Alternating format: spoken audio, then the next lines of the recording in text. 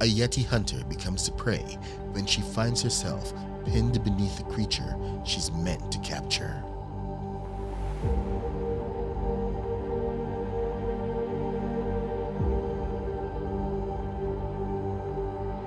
A Night with the Yeti, written by Mikaela Bender, narrated by Rodney V. Smith. A common misconception about Sasquatches is that they are nothing like werewolves, but Sasquatches are man-turned-beast just as much as werewolves. Whereas werewolves take the full moon, the Sasquatches claim the new moon. The Traveler's Guide to Yeti. My gloves too thick to turn the page, I snap Layla's book shut and slide it back into my bag, hanging at my side. The sun, sinking low below the horizon, halos Andrew where he crouches near some wind-worn bushes. "Cynthia," he calls over his shoulder. "Look at this." Snow crunches under my boots as I make my way over to him.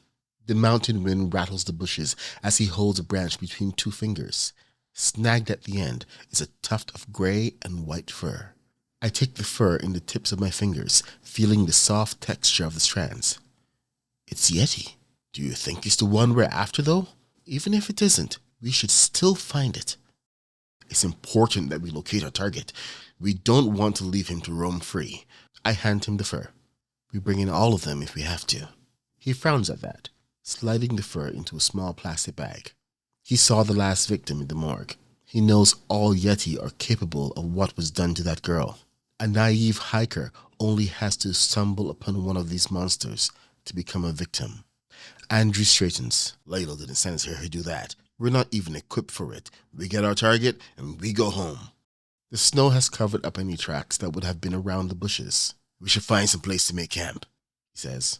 I drag my eyes away from the snow and look at him. "Night is the best time to hunt these things." "Where am I supposed to bring you when it slices you open?"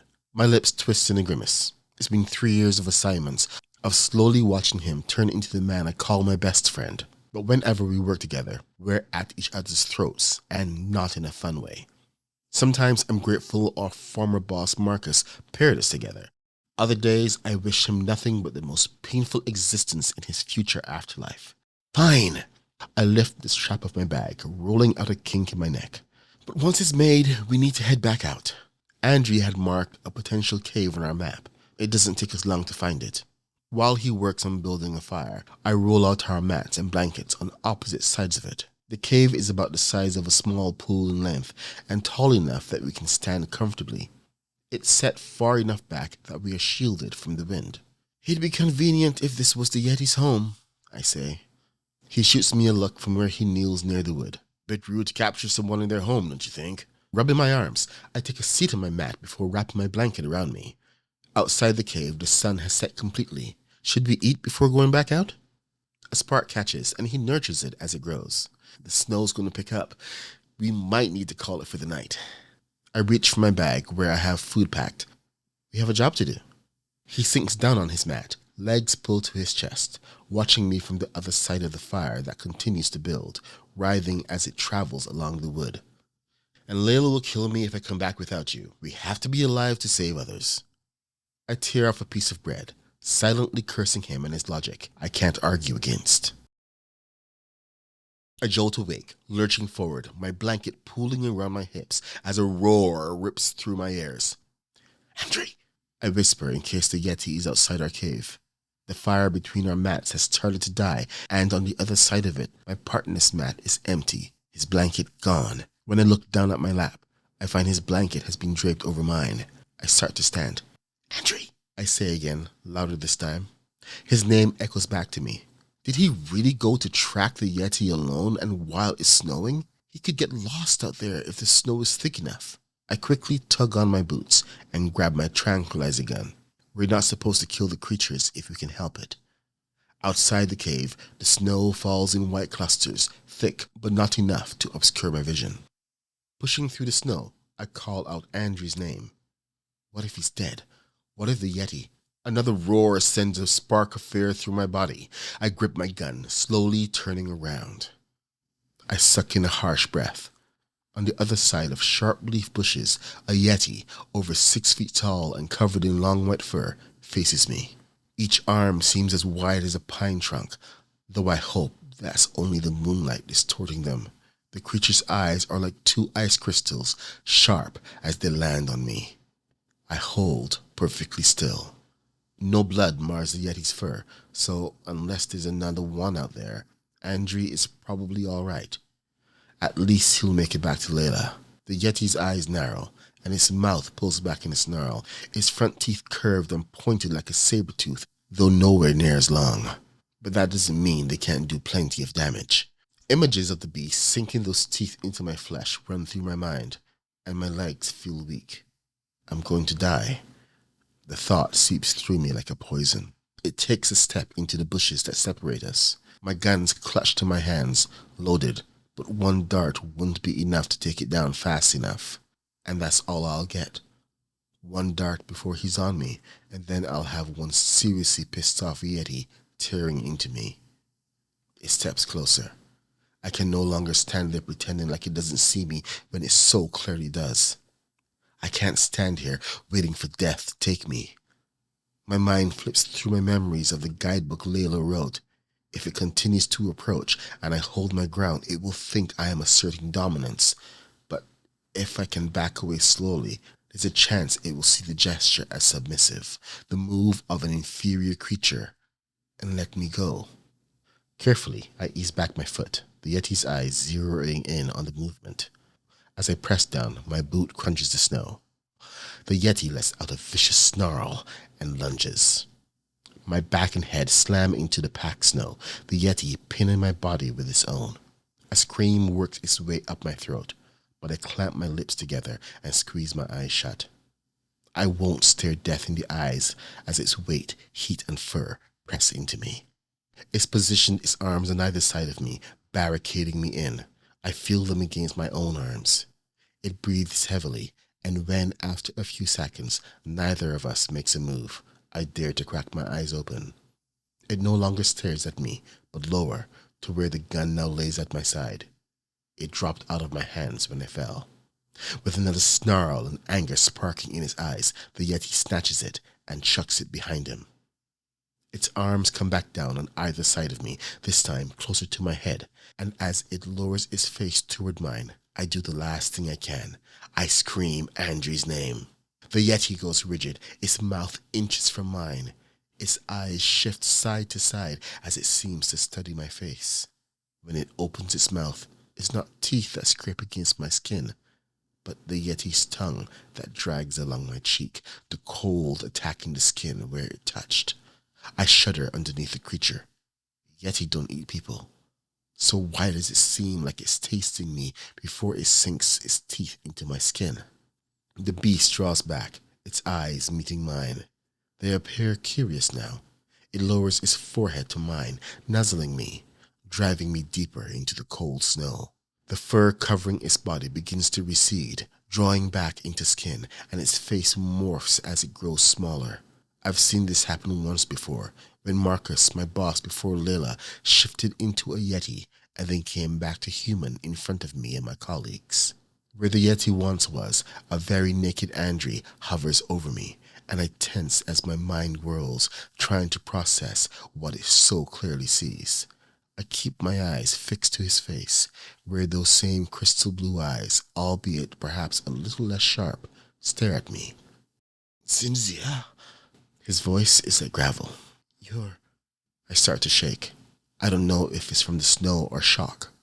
He nods slowly, his expression a bit somber, maybe even frightened. I know how it seems. I'm not going to hurt you. It didn't seem like that 5 minutes ago when you pounced on me. He grimaces. I was hunting your target. When you appeared, instinct took over. It took me a while to recognize you. You were going to kill me. At those words, he draws back, resting on his knees at my feet, making it even harder not to look down on his body. If you hadn't recognized me, you were, weren't you? Are you going to hunt me then? Take me back to our team and have me thrown in a cell and then just forget me? He doesn't deny my accusation. I push myself up onto my elbows. It's what we do. What you do. Not all of us are dangerous, Cynthia. His eyes scan over me. You're cold. Let me help you back to the cave. I quickly start to stand. I'm capable of... He scoops me up in his arms, pressing me against his bare but incredibly warm chest. You're naked. I could shift forms and you'd be warmer. No, either put me down or get us back to the cave. His bare feet tread through the snow, but his face gives no indication of pain at the cold. His light blue eyes flicker down to me, but when he catches me looking, he fixes them back on the snowy path. Inside the cave, small licks of fire still burn. He lowers me onto the mat and moves to grab a few logs from where we piled firewood we'd gathered earlier. He's still very, very naked. What happened to your clothes? They're somewhere in the snow. He crouches before the fire, shielding one particular extremity from view, and feeds the wood to the dying flames. Why do you work for the Institute? Then again, Marcus was its leader. Maybe there are even more Yeti working within the Cryptozoology Institute besides Andre and Marcus. Andre is a Yeti. I swallowed the lump in my throat. The corded muscles in his back tighten. It's a way for me to protect my kind, and to protect humans from those of us who would do them harm. He sighs, shoulders relaxing. I know it's hard for you to believe that we're not all bad. I draw his blanket around my shoulders, the back of my jacket and pants soaked from the snow. Andre looks toward me, eyes narrowing. You're shivering. He stands and walks toward me, giving me a fully frontal view. I avert my eyes. My other form will give you more warmth than any of these blankets will. He touches his hand to my cheek, and I lean into that heat. Please, let me help you. I feel myself nodding yes, and fur grows over Andrew's body as his form lengthens, his head and mouth changing shape, his eyes sharpening. His hand still rests against my cheek, and it becomes softer even as I feel the tips of his claws reaching into my hair, scraping along my scalp. Andrew moves slowly, coming around behind me, his hand sliding down to my shoulder before dropping to my side. He hugs me against him, his chest pressing into the wet clothes on my back, and through them I can feel the heat he gives off. I don't know what I'll do if I feel his, snow cone. Nope, that's definitely a worse image to think about. He rests his head on my shoulder, and when he lets out something like a purr, I feel it roll through his body. If you tell anyone about this... He lets out a noise that must be akin to a Yeti's version of a chuckle. He eases me down onto my side, my head relaxing into my pillow. His arm drapes over me, tightening around my waist. One side of my brain, the side that has feared these creatures since I saw one through my window as a child, wars with the other half that knows this is Andre, the man who has protected me from these same creatures for the past 3 years. Over the span of our partnership, there's been a few lingering touches, some ogling and hugging, but nothing that left us as close as this, with him pressed against me and me burrowing into him. Oh my gosh, I'm spooning with a Yeti. I struggle to get out of his hold before this can get any weirder, any more inappropriate, but Andre calmly rolls me over so that I face him. His mouth is closed, hiding the teeth that could cut through my skin with little resistance. Again, I remind myself that I am not food to him. I have never heard of a case where a Yeti, Sasquatch, or Bigfoot, whatever one calls them, ate someone. Killing humans, yes, but never consuming. The skin above his eye arches as if he's asking what's wrong. I give up trying to wriggle out of his arms. This isn't right.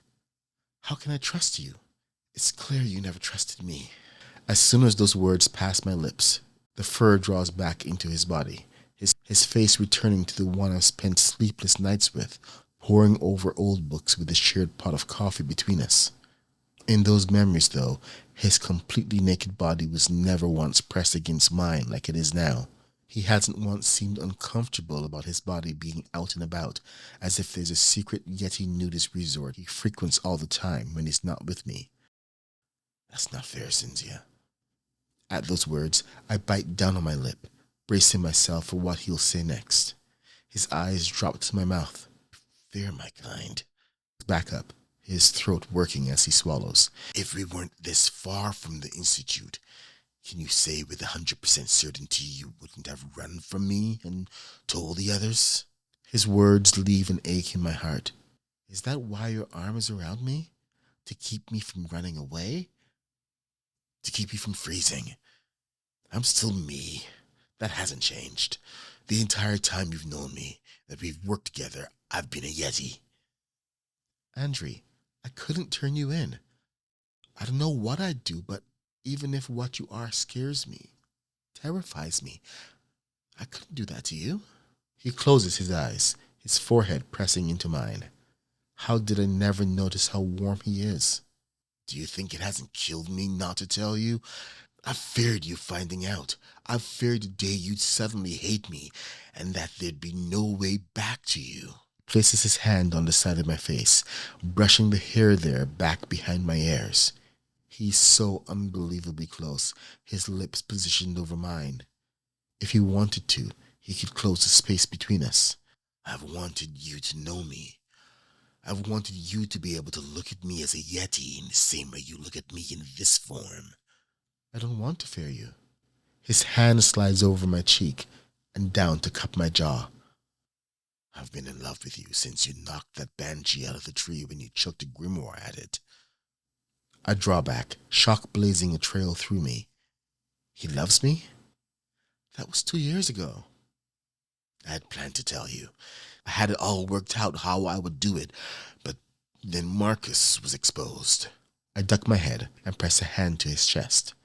At some point, my legs became tangled in his. You've been scared of me? Yes. A Yeti? Scared of me? His fingers found my jaw again before tilting my chin up to look at him. You could have broken my heart, had me thrown in a cell, and yet never once was there a day I didn't want to be at your side. Oh, bloody hell. I pressed my lips to his, and Andrew releases a growl, his hand coming around to my back and pulling me tight against him until I feel all of him. He digs his hips into mine, rolling me onto my back, and hovers above me, a beast shielding his prey. Breaking the kiss, he braces himself on one arm while he unzips my jacket, and I drag my arms out of the sleeves. With that layer gone, only the thin layer of my shirt separates us. I can feel the hard planes of his chest, the contours of his stomach. He dips his head, brushing his lips over mine as I arch up to meet him. Cynthia. He says my name like an answer to a prayer, and it has my toes curling in my boots and me arching higher to reach his lips. His nostrils flare a second before he leans down and claims my lips, devouring and punishing and leaving me ready to beg to keep him right here above me, pinning me to the cave floor I can feel through my mat. He nips at my lower lip before hauling me into a sitting position. His hands go to my hips, his fingers slipping under the hem of my shirt, and I raise my arms. A smile plays on his lips. Good girl. He pulls the shirt up and over my head, dropping it to the ground beside us and leaving the top of me only covered by my bra. The cave air is cold, but the fire warms the length of my side, and Andrew gives off enough heat that I want to press myself against him. But his hands come back to my hips, pinning me in place as his eyes roam over me, and that brings its own kind of heat. He spreads his palm flat on my back and drags it up along my spine, my back arching under his touch. His hand snakes up to my neck, his fingers pressing into the muscles there, and he keeps going until he threads his hand into my hair. The next instant, his fingers have tangled in it, and he wrenches it back to bare my neck for him. With anyone else, it should have hurt, but I only want him to do it again. He drops his head into the crook of my neck, and his body trembles. You have to stop.